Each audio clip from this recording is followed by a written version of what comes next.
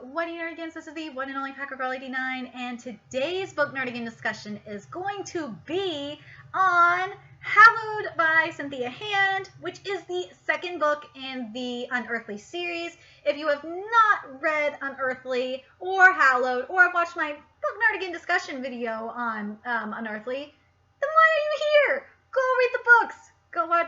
Go watch the video so we can talk about it, because I've been really needing to do this book Nerdigan discussion video, and I really am sorry. And yes, this is part of the hashtag AngelReadAthon. And again, Cynthia, I am so sorry that it's taken so long to get to do this. So I just wanted to make sure that I put that out there. And here's the beautiful cover showed on Mini Popo. Yes, I love the color, especially that shade of blue is it's pretty. And I love the writing, and I love the feather, and yeah. Anyway, so let's get to it. Sorry. I forgot to scroll my notes all the way to the top. Here we go. So we got to do an RIP real quick, because Midas and Bluebell, that janky-ass truck that Tucker has, is gone. Or supposedly. So RIP to you, Bluebell. And according to Maggie, CMG, for those who don't know who Maggie is, go watch the Unearthly book Nerdigan discussion video. Seriously, go freaking watch it. CMG will be in hell for a while because it takes Blackwings a long time to heal. A day is 1,000 years. And I wonder if that's consistent with Pemron and the end of days. I'm curious, what for you book Nerdigans that have been reading the books and been watching the videos, please, I want to know what you guys think about that, what you Nerdigans think about that. And of course, Clara Visions tell her that Christian and her still belong together. Seriously, Clara, quit denying it. Get off the denial Kool-Aid. Get off the Popo acid. Just freaking accept it. I'm sorry. Why would you deny Christian like this? Christian is, it's like that saying nice guys finish last. Yeah, that's where this falls in too. Okay, I'm not going to say anything else here right now. I'm going to keep going. Clara is an empath, which is rare among Angel Bloods. And Angela has the Book of Anash and calls an Angel Club meeting at the Pink Garter. And Christian and Jeff come too. And I love, Christian and Jeff were thinking that were totally reading my mind when they said this. So Christian said, first rule of Angel Club, you do not talk about Angel Club. And Jeff said, second rule of Angel Club, do not talk about Angel Club. And Christian is also a Catarius as well. And Angela, this is what her objectives are. And objective 1, find a way to block the sorrow. That's mostly a job for Clara, since she seems extra sensitive to it. And this is from the Book of Anash that Angela reads from right here, which is important. It happened after the sons of men had multiplied in those days, that daughters were born to them, elegant and beautiful. And when the watchers, the sons of heaven, beheld them, they became enamored of them, saying to each other, come, let us select for ourselves wives from progeny of men, and let us beget children. This is consistent with the rest of the hashtag AngelReadAthon, especially in Pemron of the End of Days. I'm going to be comparing the series a lot to Pemron and the End of Days, because a lot of this is very consistent to it. So, seriously, go read that book series if you haven't. Let's see. And then their leaders, Samyaza, said to them, I fear that you perhaps may be indisposed to the performance of this enterprise, and that I shall suffer for so grievous a crime. Yeah, does that name sound familiar to you, Nerdigans? And this is what Angela says in regards to Samjiza. I think so. It goes on to talk about how they married the human women and taught mankind how to make weapons and mirrors, and showed them sorcery and all kinds of taboo stuff. They had tons of kids, which the book describes as evil giants. Yeah, we know that's not true now. Except in a couple of series they are.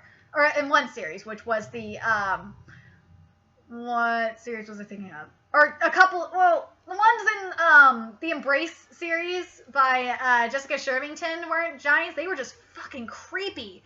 And in the Angel Fire series by Courtney Moulton was the only one that is consistent with that. Let's see. evil giants, the Nephilim, who were abominations in the sight of God, until there were so many of them, and the earth became so evil that God sent the flood to wipe them all out. And because this Samjiza fellow was right in the middle of it, he's the leader of this group of Blackwings called the Watchers. And hold up here. The Watchers weren't fallen at first. Remember? If you've read Pemberton and the End of Days, you know what I'm talking about. They fell before this happened. And I'm not going to say any more about Pemberton and the End of Days. Maybe I should. No, I'm not going to, because fuck it. For those Nerdigans who have not read it, please skip this part of the video and just go. I don't know the exact number. It's only going to take a minute or so for me to explain this. But for those Nerdigans who haven't read Pemberton and the End of Days, please ignore this part unless you want to be spoiled. But if you remember in Pemberton and the End of Days, and I believe it was the End of Days book, is that the Watchers were actually they didn't really fall until after they they had sex with women and gave kids and had kids with them. That's what I remember. So if that's the case, then the Watchers were technically angels until they were producing fallen. That's what I got out of that one. Because the Watchers were not evil. The Watchers were not evil until they fell in love with human women. So there you go. Let's see. Which, according to the other research I've done, is a band of fallen angels whose basic job is to seduce human women and produce as many angel bloods as possible. Angela, your research is whack. That was not their job. Oh, God, Angela. Poor Angela, but whatever. She doesn't understand. And other objectives Angela wants to do. I thought one objective of Angel Club should be to help each other figure out our purposes. I mean, you two have had yours but didn't fulfill them, so what does that mean? And Jeffrey and I still have ours coming. Maybe if we put all our heads together, we can understand this whole purpose concept better. But seriously, Jeffrey, fuck it, I'll say it. Jeffrey already had his purpose and didn't fulfill it. So Jeffrey, I think he had his mouth shut and was like, sure, Angela, whatever. And this is the Angel Club rules. Well, first, this was a no-brainer. No one tells anybody about this. We're the only ones who know about Angel Club. And Angel Club is a secret from everybody else for the second rule, but we don't keep secrets from each other. This is a no-secret zone. We tell each other everything. That's it. And then, like, right after that, they literally threw out the rules. So it was like, fuck that shit. That was totally pointless. And this is what Maggie says about purposes. We get a little bit more information. She says, every angel blood is given a purpose, and for some that purpose manifests itself in a single event, a singular moment in time where we are led to be at a specific place at a specific time to do a specific thing. For others, their purpose can involve more than a single event. We're all different. Our purposes are all different. For me, it was more than one event. And because my purpose lasted more than 100 years, I'm saying that your purpose is more complicated than simply completing a task. And then they go to, and Angela goes with them too, is the congruum, oh, whoops, I totally butchered that, congregarium celestial, and which is literally like a herd of angel bloods, a flock. It's actually where I got the idea to form the Angel Club. And this is what Maggie says on why it takes so long for Blackwings to heal. And I thought this was really interesting because this is, I guess, this explains how when Belial got hurt, like, why it was taking him so long to heal. Because if you remember in Pemberton and the End of Days, Rafi was able to heal a lot faster. So that explains a lot. Let's see. And this, yeah, because Blackwings take a long time to heal because they've chosen to cut themselves off from the healing forces in this world. So that, I want to know what these healing forces are because I would love to heal a bunch of things. That would kick ass if you, like, if you were in tune with the healing forces of the world. That would kick ass. Let's see. And Christian comes to Clara's window at night, which I thought was sweet. And what Clara says, this to Christian, that Angela says that angel bloods are supposed to be immune to cold. It helps with flying at high altitudes. I guess I must have not gotten the memo. And then Christian says maybe that power only applies to the mature angel bloods. And what Christian says here is, my mom died when I was 10 years old. I don't even know what happened. My uncle doesn't like to talk about it, but I think she was killed by a Blackwing. And one day she was there doing long division flashcards with me at breakfast, driving me to school, kissing me goodbye in front of the boys at school and embarrassing me. And then the next minute they're pulling me out of class. And they say there's been an accident and she's gone. I mean, they let me see her body eventually, but she wasn't inside it. It was just a body. Her gravestone is a bench, a white stone bench under aspen trees. It's Aspen Hill Cemetery. So when you said that thing about the stairs and the hillside and the fence, I knew that basically that Clara was dreaming about the cemetery and someone she loves is going to die. She keeps thinking it's Tucker, and I'm not going to say shit because whatever. And what Maggie says is that she was actually friends with Samjiza as well as other angels, which is really, I thought was like, what? This is what she said. She said, I didn't know he was a Blackwing. And she didn't know he was Blackwing. He was the leader of the Watchers a long time ago. The Watchers gave up heaven so they could be with human women. It's not that God doesn't like it. It's that angels don't live in linear time like you and I do, which makes having a relationship with a human woman nearly impossible, since they would require the angel to stay grounded in the same time for a sustained period. It's difficult for us to fully understand how they live. And moving between the different planes of existence through space and time, angels don't simply sit around on clouds looking down at us. They are constantly at work. And she continues on saying this.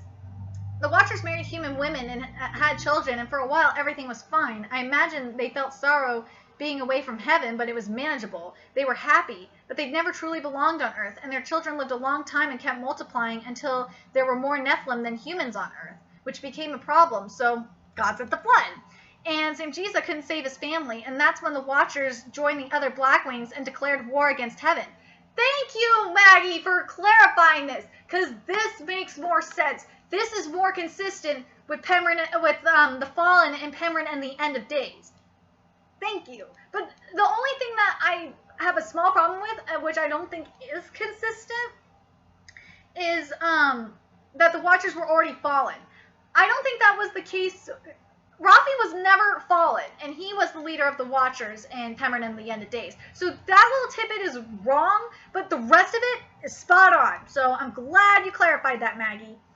Let's see. Satan and his crew, and they fight the sovereignty of God and try to ruin heaven's plans whenever possible. But their desire doesn't stem from grief; it's just pure evil, being contrary for their own sakes. That's what Sam told her. And she also says this, is that rape is not a Blackwing style. They prefer seduction. They want to win you over to their side. And he was behaving strangely that day. The way he talked about melodramatic and all melodrama and cliches, like he was playing a part. It wasn't like him. It was as if he was trying to prove something. What do you think that is? Yeah, I'm going to leave you with that, Nerdigans. And then Angela saw that, had a vision that she and Clara would be in Stanford. I want to be in Stanford. I want to be in Stanford so bad. And this is what Maggie said. In 1967, I graduated from Stanford with a degree in history, and my name back then was Margot Whitfield, and that according to the official records anyway, is your grandmother. And she went 4 times. That is amazing. She studied nursing, history, international relations, and computer programming. That's incredible. And Christian and Claire can communicate telekinetically, and it pisses the fuck out of Angela because she can't do it.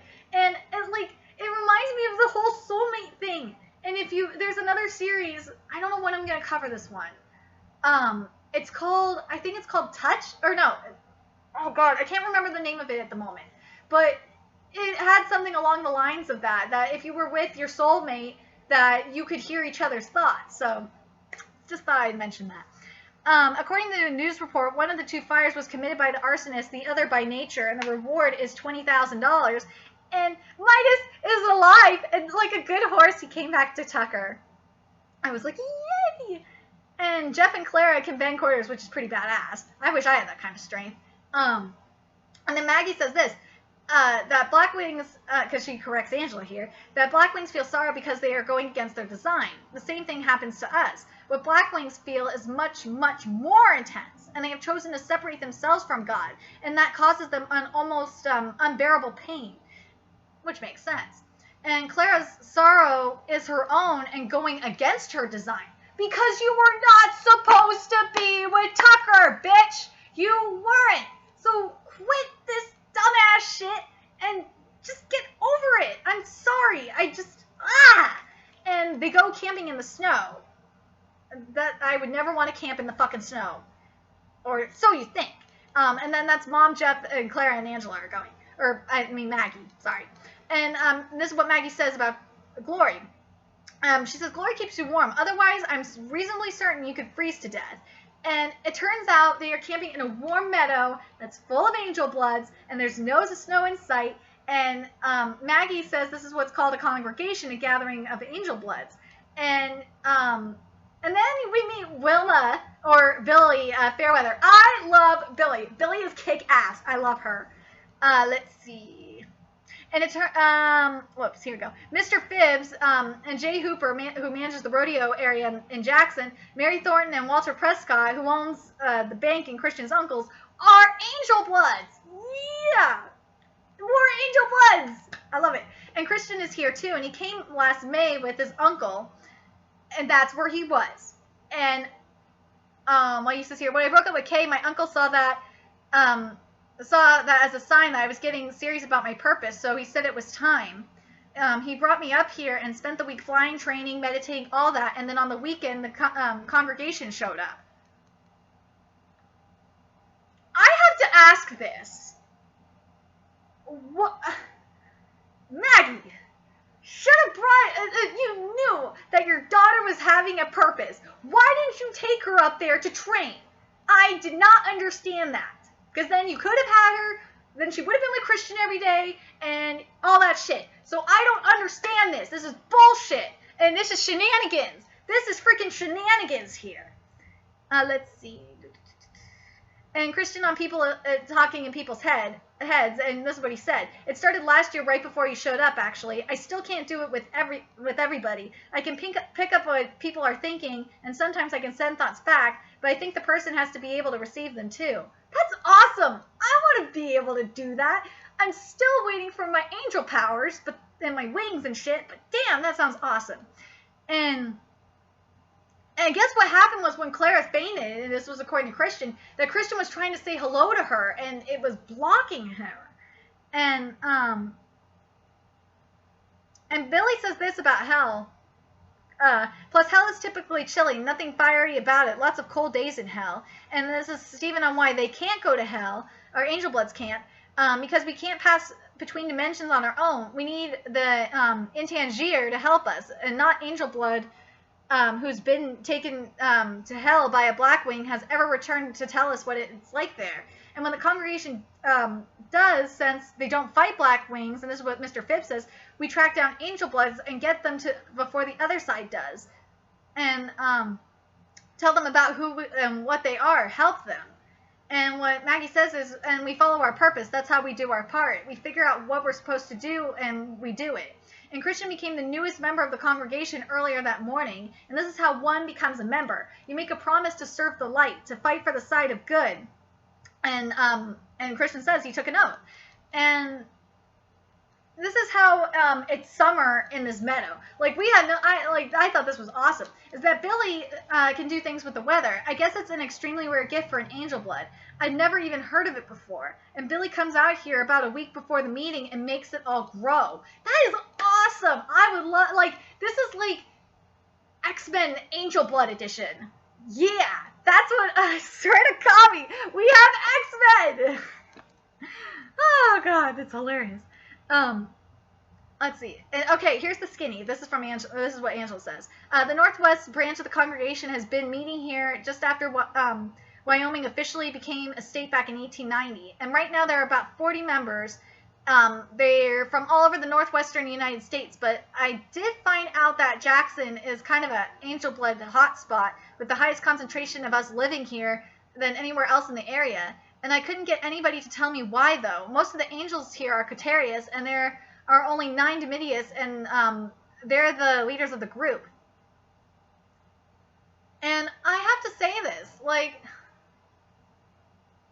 I wish this was, the series would have done this and doesn't, as I would have loved to see the other congregations.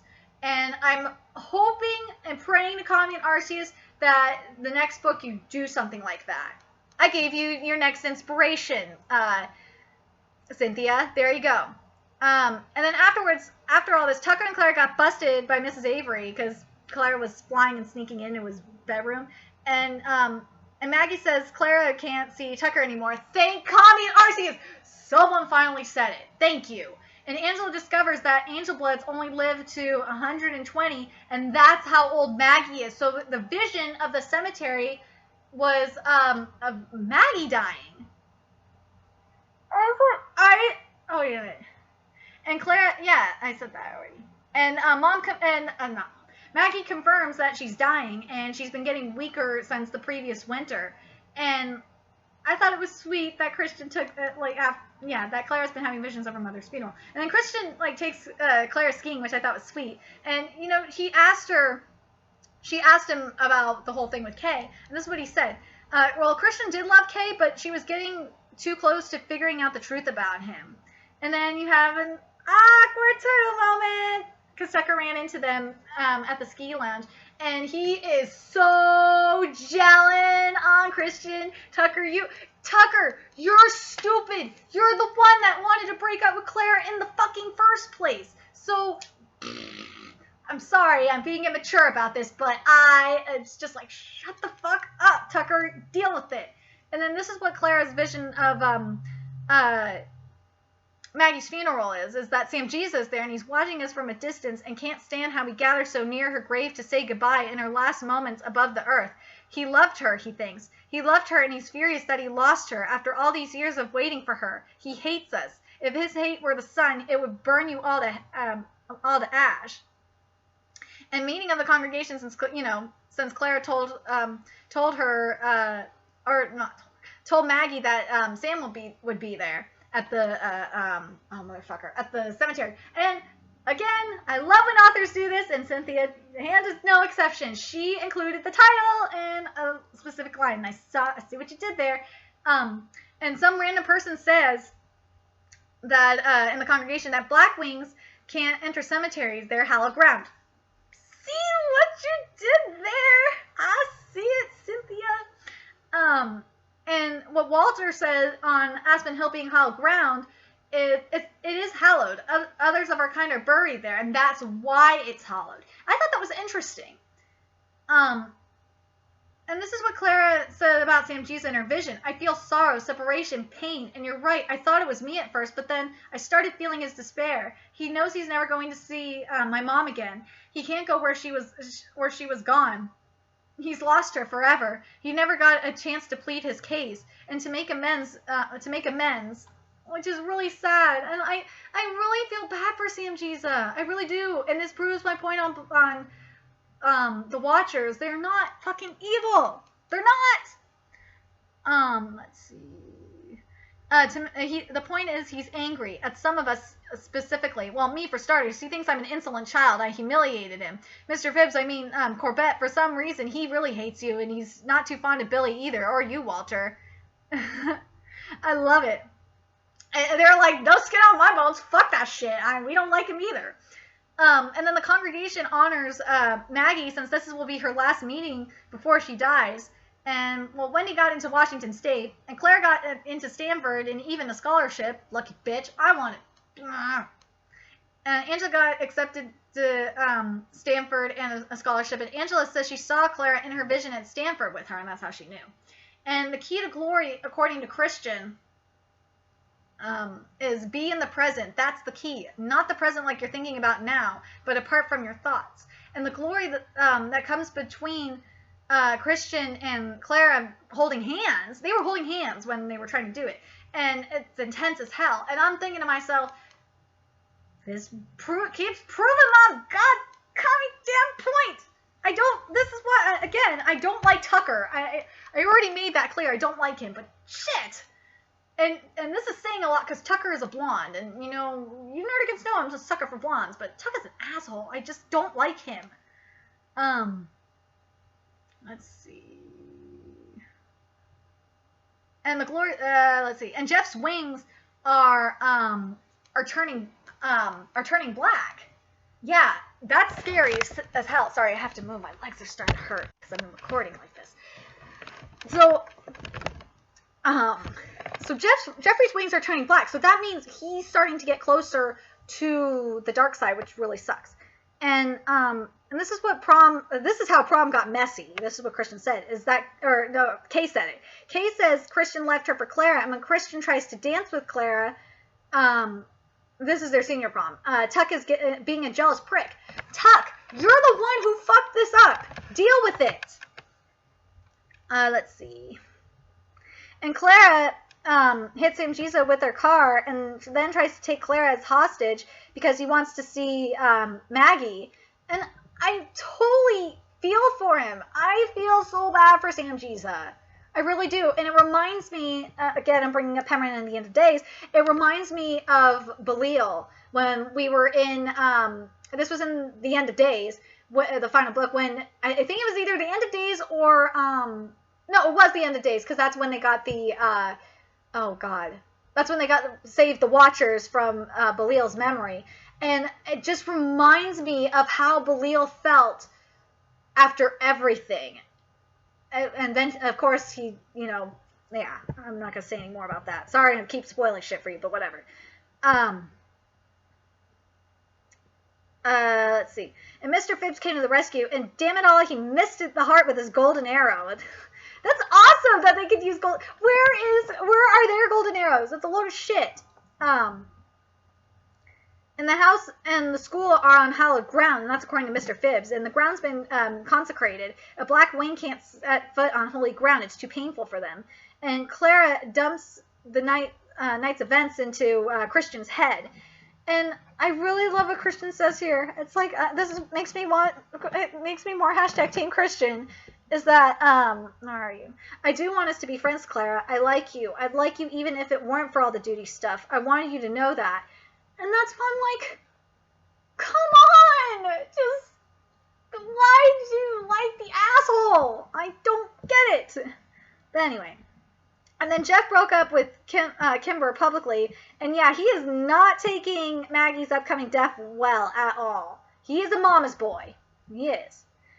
And Sam is in the field behind the school and dog form, calling to Clara and Jeff every day. And this is what Maggie says on how to block Sam. You erect a spiritual barrier between you. You close yourself off from the force that connects you to each other. It's not good for you in the long run. It will make you numb if you do it all the time, but it might be the best solution for now. And then she says this: our thoughts and feelings are entwined. Memories, images, desires, feelings. You seem to have a knack with feelings. It will be stronger when you touch the person's skin to skin.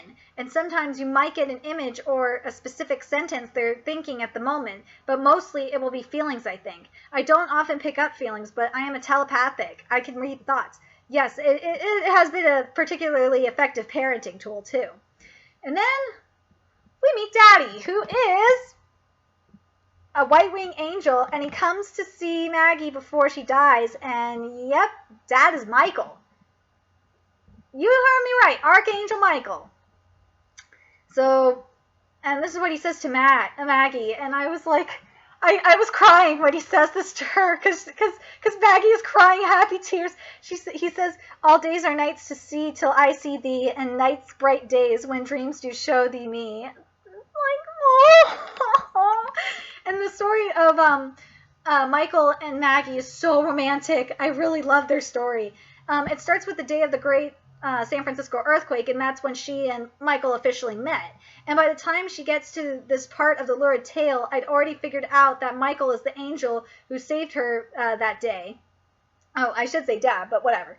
The one who broke the news to her, told her she was special and angel blood. She was 16 then, and when she was 99 years old, she married him. And then this is Maggie. This is how Maggie's been dealing with marrying an angel, because it's kind of tough.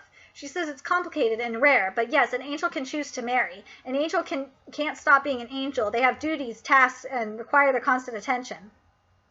Your father was given a vacation, so to speak. A 7-year period where he could stay with me in linear time and live a human life, marry me, see the two of you born, spend some time with you. Then he had to go back. And no, we're not divorced. He visited on occasion, and once a year, sometimes twice if we are lucky. We had to make do with that. Now that is fucking dedication. Like, Michael, you get props for that. And this is what Michael says on visiting, and I really feel bad.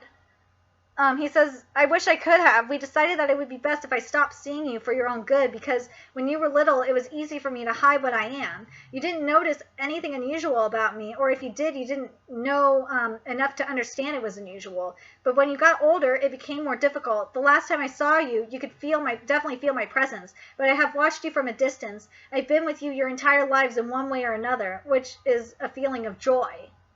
Which is like, oh. And now Michael reveals the shocking shit. Here we go. I am an Intangier. Your mother is a Domitius, a half-blood. That makes you, Jeff, and your sister a very rare, a very powerful breed of angel. We call them triplayer. This is a dangerous world for triplayer. They're rare enough with their powers, that their powers are largely unknown, but there has been speculation that the triplayer, who are, after all, more angel than human, have nearly the same abilities as full-blooded angels, but with one crucial difference: free will. You'll feel the repercussions, too, your subtle sorrows or joys, whatever your actions lead you to, but in the end, you are utterly free to choose your own path. It makes you very, very attracted to the darkness. The few triplayer who have walked this earth have been greatly sought after by the enemy. They are relentlessly hunted, and if they cannot be converted to the cause, destroyed. That's why your mother and I have taken great pains to make sure that no one knew about you. It was crucial to keep your identities hidden, even from yourselves. We only wanted to keep you safe. And on why now? Well, seriously, why the fuck now? It seems that you've caught the enemy's attention, and that was inevitable, I think. Therefore, your safety has become a relative concept, and we always knew we couldn't hide you forever. We just wanted you to have as human life as possible for as long as possible, and now that time is over. And then, let's see. Oh yeah, Maggie told Clara about a guy named Robert Turner, who she fell in love with, a triplayer, and was killed by Blackwings. That's sad. And Billy is 112 years old, by the way, which I thought was cool. But that means Billy will die within in less than 10 years, which is really scary. But anyway, and wow, Michael is awesome. He is an awesome dad right here, because he flew in less than a minute after Claire called him in regards to Sam Giza. And this is what Michael said to Sam. I love it. He scared the shit out of him. He said, Semyaza, I care about her mother. I warned you about that before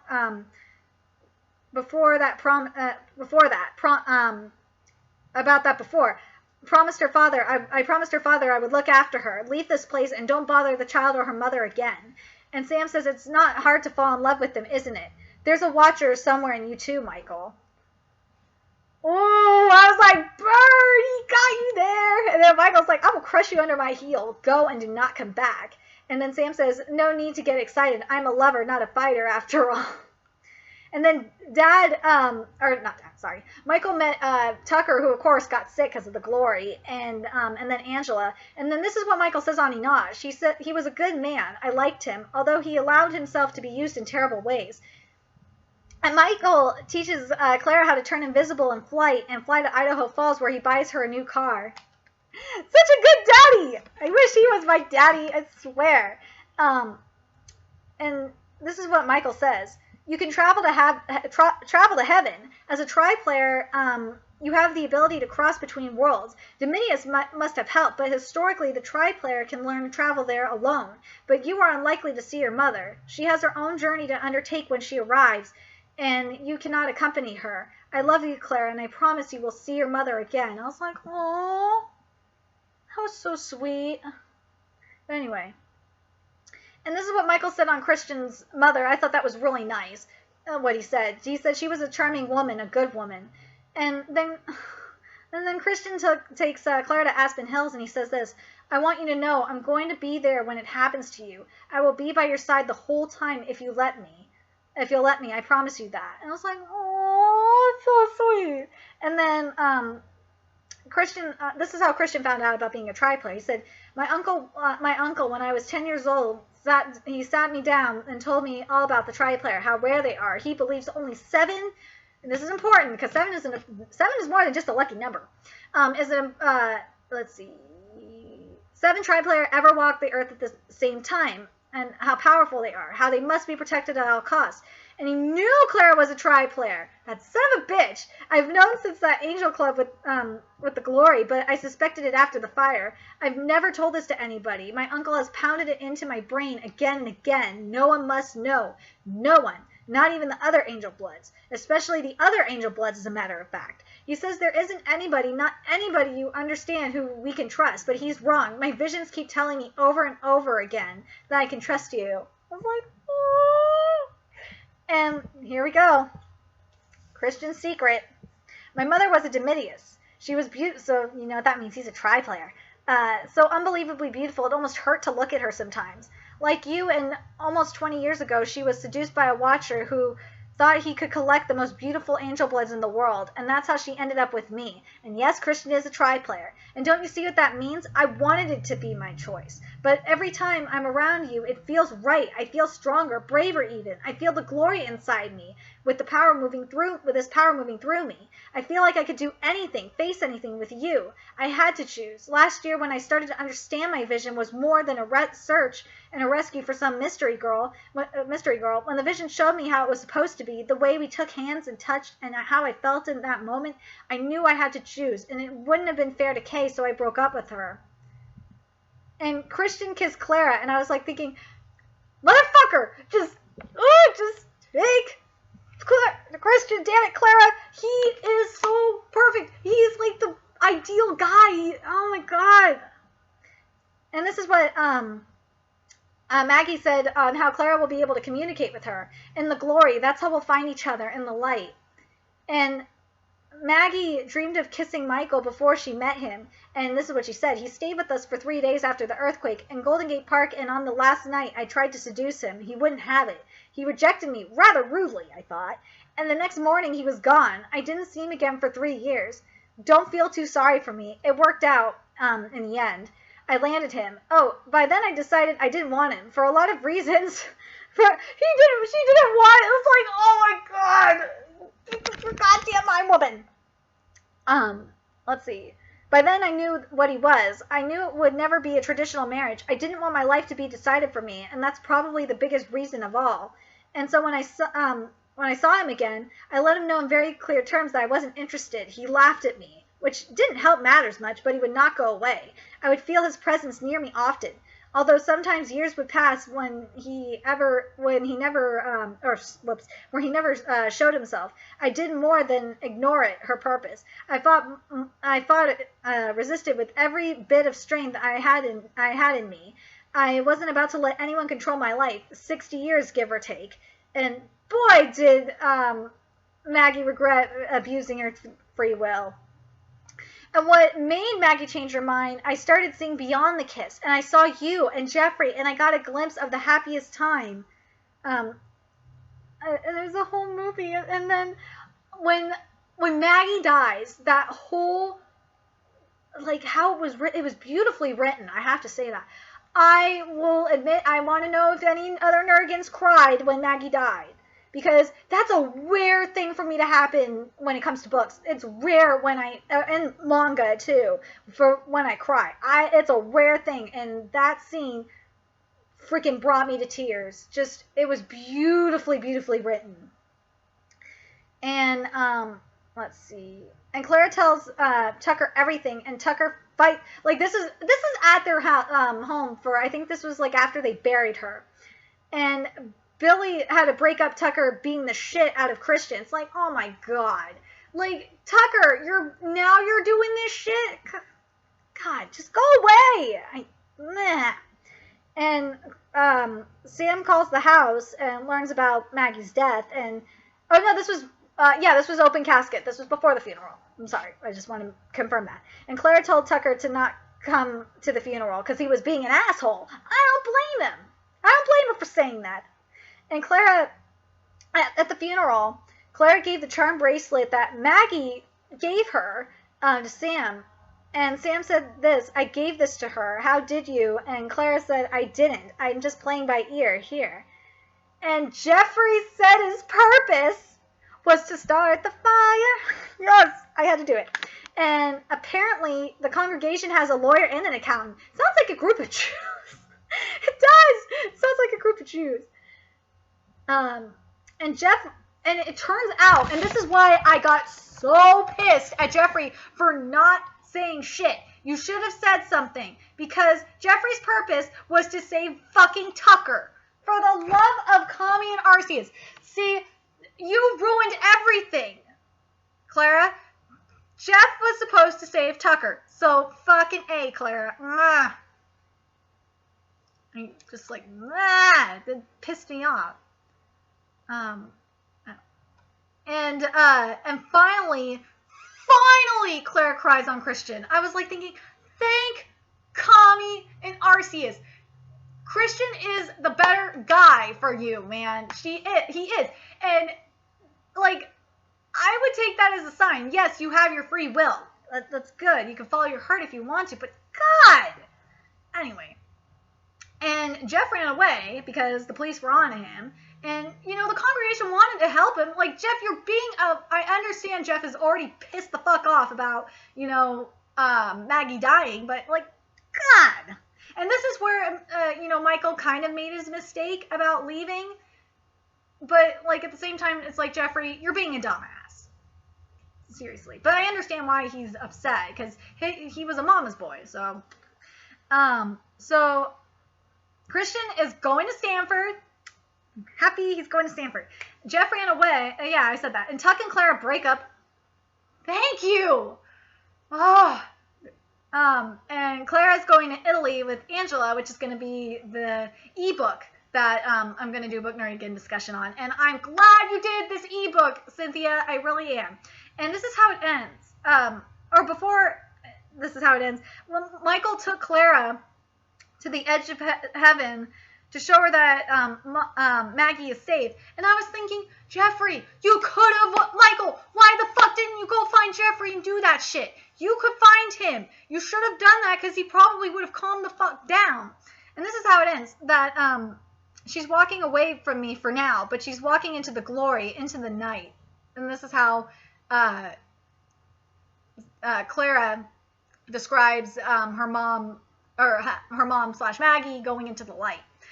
And I'm just like, it really bothered me that Michael didn't spend more time, or yeah, Jeffrey was being an ass, but still, like, Michael should have kept trying, and it kind of pissed me off a little bit that he didn't. But anyway, I like this book a lot more. I would say I like this book a lot more than the first one because we get a little bit more information, and this is definitely a better middle book than a lot, or second book, I should say, than a lot of series that we've read so far. So I want to know what you Nerdigans thought. I want to know if you Nerdigans cried when Maggie passed away in the ending. Oh my God, the ending, it just made me cry, like happy tears. This book gave me a lot of happy tears and a lot of feels. So remember to like, comment, share, and subscribe. Follow me on Twitter.